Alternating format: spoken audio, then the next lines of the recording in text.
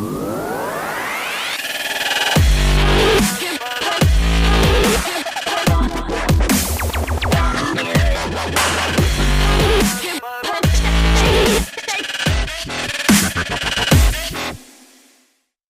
good morning, everybody. It's a pleasure to be in Seattle. I think it's going to be a really interesting day ahead of us. So I'm going to be chairing the blockchain trends session. So obviously it's been a pretty interesting year so far. We've moved away from the crypto hysteria of 2017. We're starting to see regulators from around the world take some decisive steps to begin understanding the industry and regulating it. We're starting to see some ideas transition from conceptual ideas into genuine application. And from an investment standpoint, I think we're due to see the biggest year in investment in blockchain technology. So there's lots going on. We know we have lots to talk about. And we're going to be focusing on some of the key trends and patterns which we think are shaping the industry at the moment. So before we jump into that session, I think it probably makes sense if we just go down the line and introduce ourselves quickly. Good morning, everyone. My name is Chris Banton. I think I know a lot of you guys here already, but I am a Hyperledger contributor, vice president of the Government Blockchain Association here in Seattle, and T-Mobile's blockchain lead. So I'm engaged both from the enterprise, the government side on technical development, and the business of blockchain. Hi, everyone. My name is Ken. I'm from Fenwick & West. We're a law firm based in Mountain View. If you have an office here in Seattle, we do a lot of startup work, and we're very focused on blockchain and cryptocurrencies. We've done ICOs, we've done licenses, we've done a wide variety of regulatory work in this field.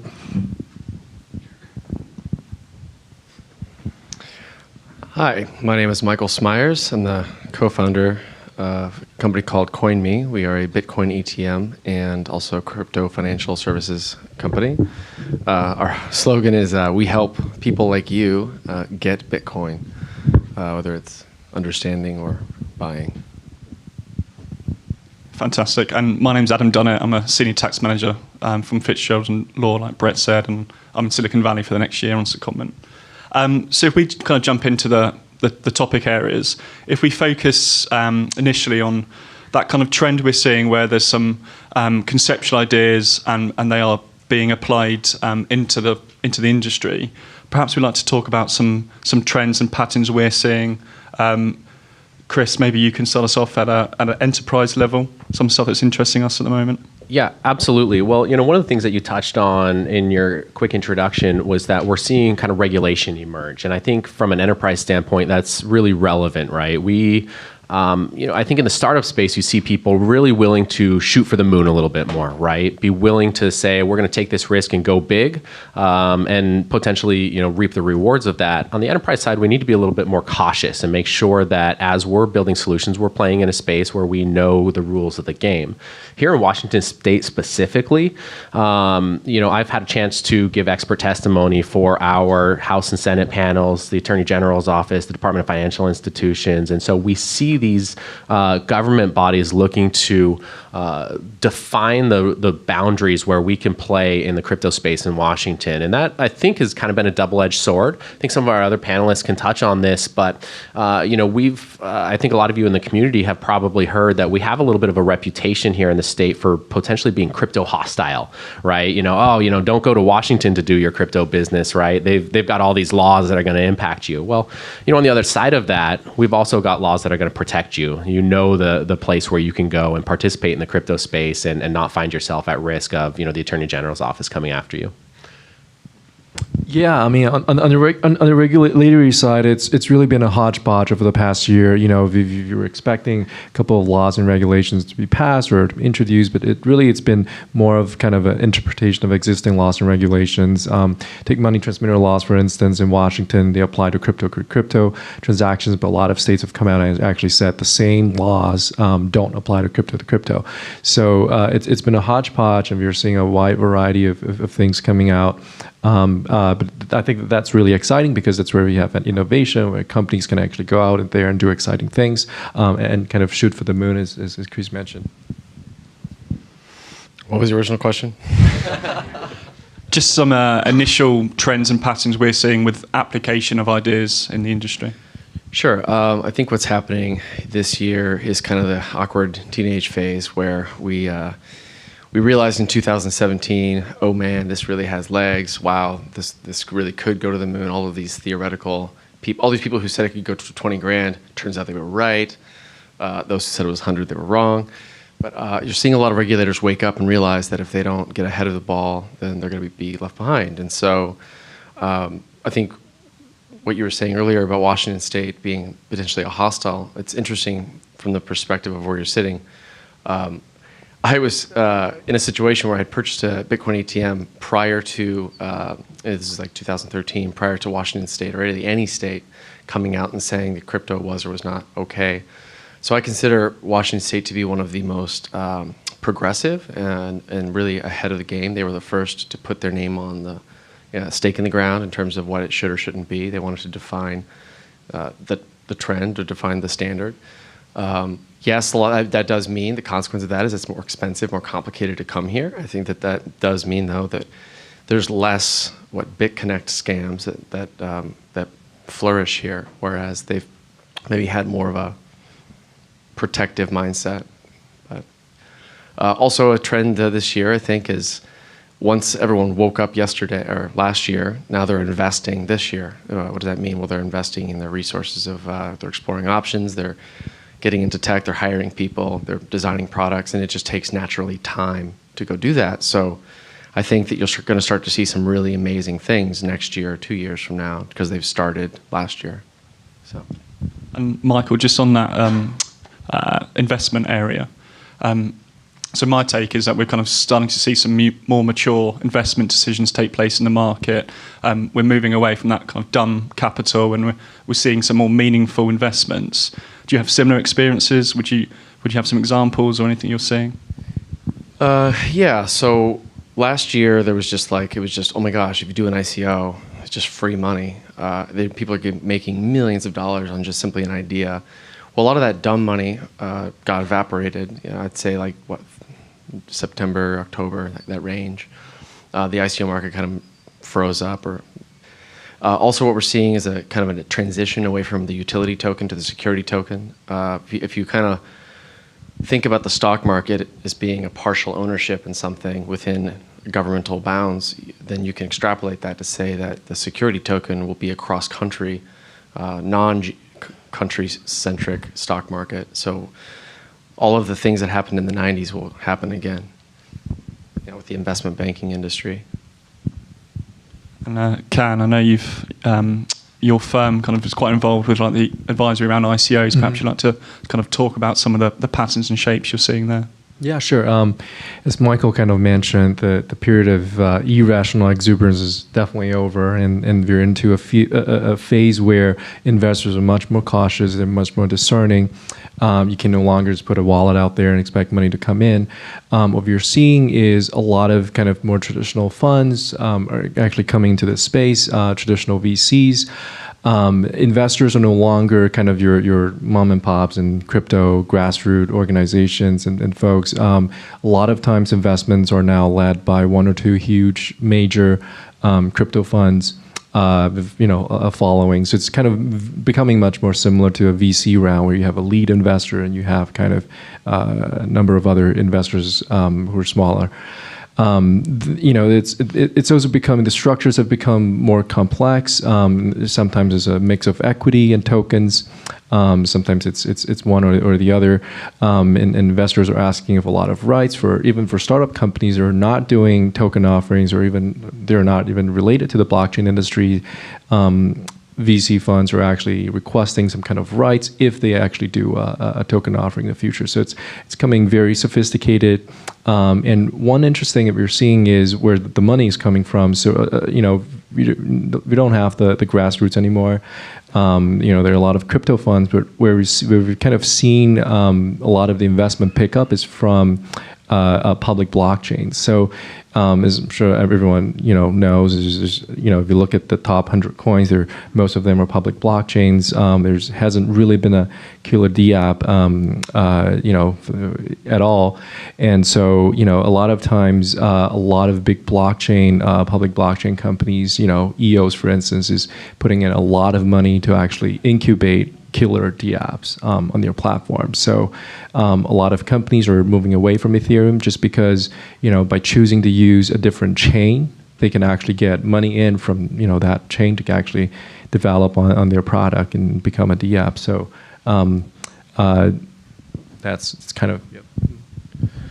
Well, I'll just add to that saying, I'm a Seattle native. I don't know, how many out here do we have that are Seattle locals? Pretty good selection, fantastic. Here in our community, we have a really fantastic kind of investment group around blockchain. We have both our traditional investors, Madrona, who's obviously famous for their early investments, and Amazon, who's doing a lot of investment in blockchain, and as well as blockchain-specific investment VC firms, Pythia, Blockcelerate, and others. So, it's really, while we do see kind of a shifting landscape, I think, of how people are investing and the maturity of the products that are finding investments, it's still something that we have a great community around us of investment in crypto. Presumably that maturity of investment is linked with the maturity of ideas is now from 2018 compared to kind of perhaps earlier years. So. Well, I can specifically speak on the enterprise side and how you're seeing large companies make investments on their own blockchain solutions, right? This year, we've seen Microsoft announce that they have their first big, kind of production blockchain solution in place. At T-Mobile, we're talking about work that we're doing. We have a project under the Hyperledger umbrella that's being actively developed with partners like Intel, and we're really excited to be working on those things and be investing in moving blockchain forward. Now, that's not just building a dApp or making a big splash. It's taking real enterprise problems and finding ways to gain efficiency, reduce costs, and drive new revenue streams, right? Be responsible. T-Mobile's a publicly traded company. We have a requirement that we're responsible to our shareholders with the investments that we make. So blockchain is definitely more than a splash or a trend for us. It's a potential technology that we can layer into an overall architectural stack to create better products and ultimately do better for our customers.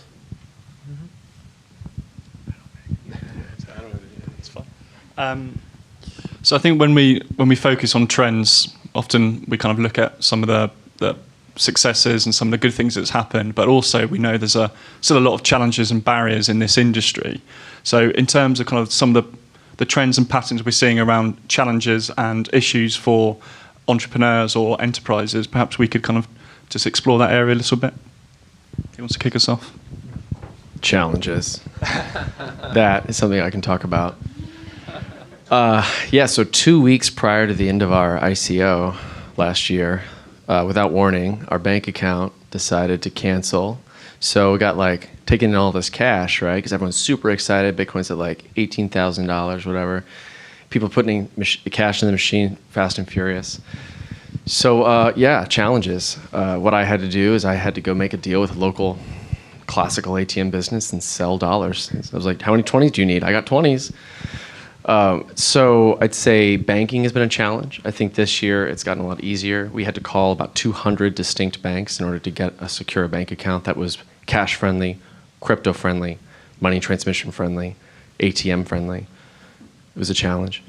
I happen to know that almost every bank in the 4-state area is against that idea. We are also seeing, for example, Gusto.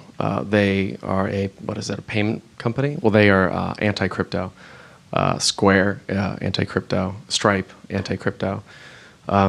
It has taken us about a year and a half to get credit card support, just in terms of a bank that is willing to do a crypto-centric credit card. Although I'd say things are coming along, because I think last year, once it got on everyone's radar, that's when everyone was like, oh, why don't we take crypto? Let's really work out those details. And then 6 months later, we take crypto now, or we take crypto companies now. So I think now that the infrastructure layer of our society, such as the credit card layer and then the banking layer, as they kind of wake up to this opportunity and they kind of transition their internal disposition as to what they're into, or what risk appetite they have, or what tools they have to detect fraud. As those things become more mature, you're going to see a lot more opportunity and creativity and startups that are maybe previously weren't able to go call 200 banks, now only have to call 20. Now suddenly that barrier to entry is reduced. Now you're going to see innovation. So I think what you're going to see is an explosion of opportunity. So. Just really quickly on that banking thing, because we're seeing something similar from the UK. Do you think it just needs a shift in attitude from the banks, and eventually they will take on cryptocurrency, or do you think that's going to be a long stalemate that's going to cause lots of challenges and issues? So what a bank's job is to do is to be a steward of the money with respect to the rules of the governing body of the government. So the bank wouldn't be able to safely take a crypto company without having tools to ensure that the crypto company is following the rules set forth by the government. So as the tools in the industry, in the software as a service industry, become more able to automatically detect either through AI or machine learning, those are different, as they define these processes that get them approved by the governments, which takes time because they're all risk adverse, I think that'll naturally start to become better. So I do believe that the banking system is going to come around to it. I don't think that they have a choice. I think as countries like Venezuela fail financially and then shift over to a crypto-backed currency as they're doing now, one by one, it'll boil from the bottom up, and then the countries at the top will really have no choice. And just from a legal and advisory perspective, what do you think the main challenges that your clients are seeing this year? So one of the things that I personally think that regulators and lawyers have to be just more aware of is kind of a more granular understanding of the different types of coins out there. Because right now, we have Bitcoin, we have Ethereum, we have thousands of other coins, and in a lot of cases, laws are being applied to different coins with kind of the same framework, the same approach, and that's just not correct, because there's so many differences between coins. You have utility, you have security, you have asset tokens, you have just public blockchains or just payment mechanisms, and the laws need to be kind of sensitive to that. And we've kind of seen that a little bit with some foreign regulators.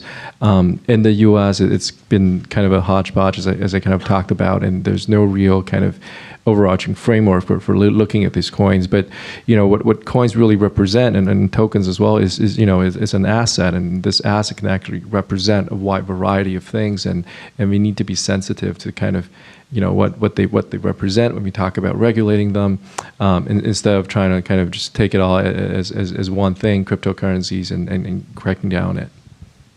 And state by state. Right, and state by state as well. I really completely agree with the kind of the business challenges that Michael and Can have highlighted here around crypto and blockchain today. I think another really important aspect to touch on, though, are the technical challenges, right? Anybody who's worked in blockchain has seen challenges today, I think, right? It's been a long road for all of us. But, from a technical standpoint, we have things that are really still central to adoption of blockchain and crypto at large that we're struggling with. Things like the key management issue, right? We can't just go give our grandma a private key and expect her to not lose it. So we need to come up with better solutions to address the key management issue. And I know there's a lot of companies working in that space. We're looking at, contextually relevant distributed key management and a number of other solutions that can impact that space. Moving along, we also have kind of the oracles problem, right? I think to date, a lot of the real, kind of blockchain solutions that we've seen in play exist entirely on chain, and we've yet to realize as an industry some of the kind of more aspirational solutions, your supply chain management, other solutions that interact with the physical world. And these are supposed to be kind of the killer apps for blockchain. But what we're seeing is that we have a trust boundary at the edge of the chain, and extending that trust boundary out into the physical world, or let me say, extending that out beyond the blockchain, let alone into the physical world, presents a lot of challenges. And so I know we have a lot of organizations looking at different ways to do that. We have some, on the law firms I know are looking at ways to apply some of the traditional kind of institutional methods of ensuring security of solutions, the risk of being sued, that they use to kind of help extend those trust boundaries. But, those are, again, real kind of technical challenges that as an industry we're working to solve. And we certainly see the standards bodies, the certifications groups, the, kind of enterprise consortiums working on looking at these spaces. World Wide Web Consortium is looking at verifiable claims. We've got a huge number of parties looking at managing identity, right? Self-sovereign identity and how we're going to move those questions forward. And, I think that it's really a space to watch over the coming year. We're talking about trends in 2018 and beyond. And I think, we've seen broad visibility and awareness of crypto in the market outside of, the kind of technologists and futurists. But as we look at trends today and beyond, I think something to really be cognizant of are those technical boundaries, where they are and how they're impacting kind of development of applications and bringing those to market. And just flipping the subject on its head slightly, in an industry that's fast moving, there's lots of bubbles, corrections. How easy is it to identify and establish those trends? I might defer to the other guys here. I'll say again on my side of things in the enterprise space, right? I have leadership VPs who want to see ROI this quarter on the solutions that I'm developing, right? They're not talking about some like long-term moonshot where I might make a few $1 million. They want me to say, prove to them that if I'm going to go spend enterprise money on building an application, it's going to be valuable for the company in both the short and the long term. So, when we look at trends and how that develops, I don't think we see a significant shift from looking at other application development on the large company side. How about you guys? What do you see on the smaller businesses? Yeah, I'm kind of in line with what we've talked about earlier about the a greater number of VC funds and traditional investment funds coming to this area. More and more investors are looking at returns, but over a longer scale. They know this is a crypto industry where everything moves fast, but they know that it takes time to develop, and they actually give you kind of that time to develop, and they want to see you succeed.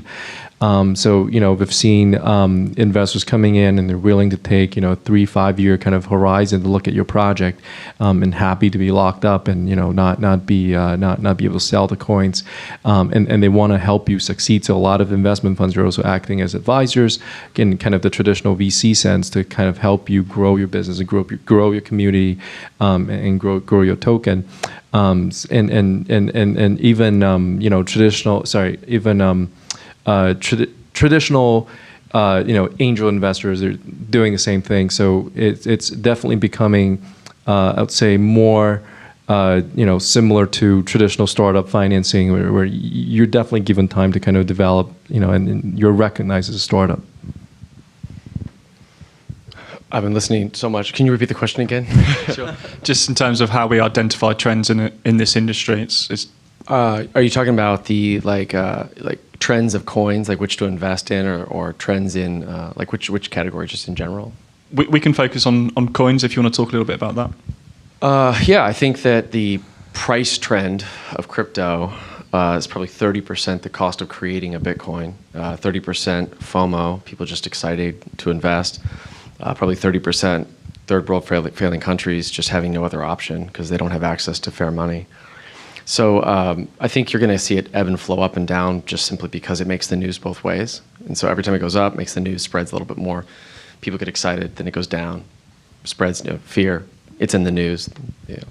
So it's just naturally going to happen for forever. I think the numbers are just going to get bigger just because of decreasing creation of supply of Bitcoin. As far as trend in the startup world, I think it's playing out the same way in 2000. It's this exuberanceism of every idea gets funded. 2001, oh my gosh, realization hits. None of these ICOs 6 months later actually exist anymore. That's like the big same thing we experienced 2001. You're going to see an explosion, then you're going to see a condension, same kind of thing there. you're going to see a subtle replacement of fundamental money, fundamental value from gold to digital assets, just because I think that that's the natural progression of what gold represents, store value. Yeah, so like I think that the next 5 years is pretty predictable from the stance of what businesses are going to do. I think it's pretty predictable in the sense of what the prices are going to be. I don't think I'll never be able to predict what Bitcoin will be, but I think that the general dynamics of the way it works is that you've got something consuming value from the physical world to distribute it fairly in the digital world, and then everything else is proof of stake, which sits on top of that. So you're just going to continue to see a pretty linear rise of Bitcoin over the next 10 years. So Adam, do we want to do one more question or a couple of questions from the audience? I think let's maybe push it out to the audience and get you guys involved. If there's a couple of questions all the way in the back there. Yeah. Can you discuss custody at all, what trends you're seeing, and any thoughts on what custody services will end up being over the next few years? If you guys wouldn't mind repeating that to the audience. Yeah. The question was, what do you see the trend of custody is in the next couple of years? I think it's the same thing that happened with, 1,000 years ago, right? Middle class finally started to get gold. It used to be the kings only had gold and they had a big vault. Then the middle class had gold, but they didn't have a vault, so they started storing it in their neighbors, and that became banks. And so then you had paper receipts, and that paper receipt of deposit, then people are trading the receipts because it's easier to trade that than gold. Same thing with crypto. I think it's too hard to do a transaction on the blockchain, so instead you'll tokenize. So you'll take your Bitcoin, you'll give it to a custodian, you'll have a receipt, and you can either trade that receipt or you can whatever. I think that you're going to see probably 3 classes of custodianship. You're going to see the number 1 class, which is like completely offline, on paper, stored redundantly in 3 parts across the world, copied 10 times, like the ultimate secure. And then that'll be for banks. That'll be for the fundamental store of human value long term, for like the oligarchs or the banks. Then you're going to have tier 2, which is the custodianship industry in general, which will just be the next 2 years, 3 years, an explosion of options. In the next 5 years, you'll see a condension into a couple winners, people who have good branding and haven't gotten hacked yet. Then you'll have tier 3, which is probably, so my company sits between 2 and 3 in the sense that you'll have digital banks, or you'll see customers choosing to use wallets, and that'll be custodianship in the sense that it's not in the customer's possession, it's in the possession of Chase Bank, or it's in the possession of the CoinMe ATM. So I think that's kind of how it's going to shape up. You're going to have the critical safety, like offline stuff. Then you'll have the industry at large, and then you'll have the wallets that are consumer facing. That sounds like it's just running full circle, like we're going to be back where we started. In the sense that if we're trading receipts, the people who are in tier 3, that's basically just like today's cryptocurrency. That's what it sounds like to me, but maybe I'm not. Humans have a tendency to self-organize in a way that satisfies all of their fears and desires in a way that kind of categorizes into 2 or 3 options. So yeah, I think that the world repeats itself in many ways. Okay, excellent. We're going to have to take this offline. I think hopefully some of these guys will be around throughout the day. You guys catch them at the breaks or lunch. Big round of applause for our Trends panel. Okay.